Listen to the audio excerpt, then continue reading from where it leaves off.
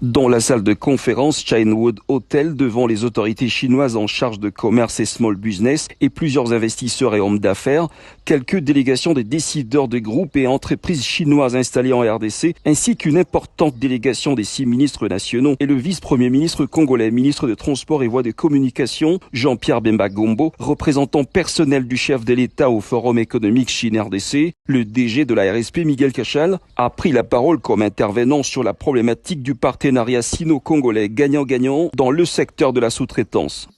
Je vais pouvoir être précis là-dessus pour dire que sur les activités principales, les partenaires chinois détiennent et peuvent détenir 100% des parts sociales.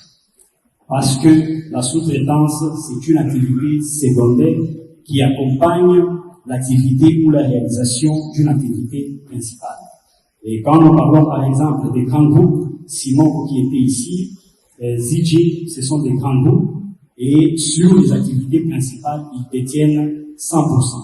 Dans DFM ou dans Comus, par exemple, dans Huawei, les partenaires chinois détiennent 100%.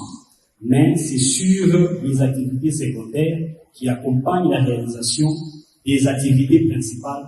C'est là que l'État congolais voulait faire participer aussi les nationaux à cette chaîne de valeur pour pouvoir la développer.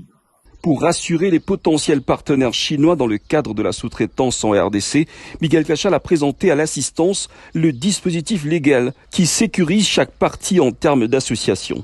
C'est un partenariat gagnant-gagnant entre la Chine et la RDC qui est sécurisé par la loi numéro 17/001 du 8 février 2017 et ses mesures d'application.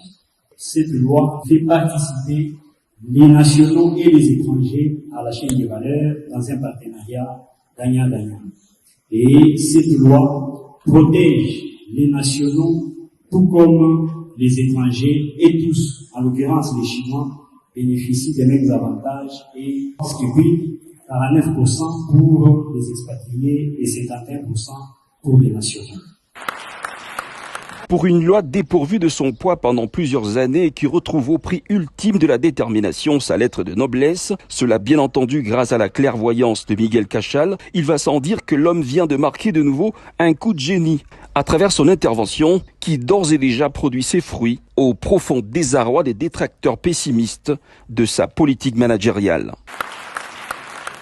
ARSP, bras armé de l'État pour la création et le développement de la vraie classe moyenne congolaise.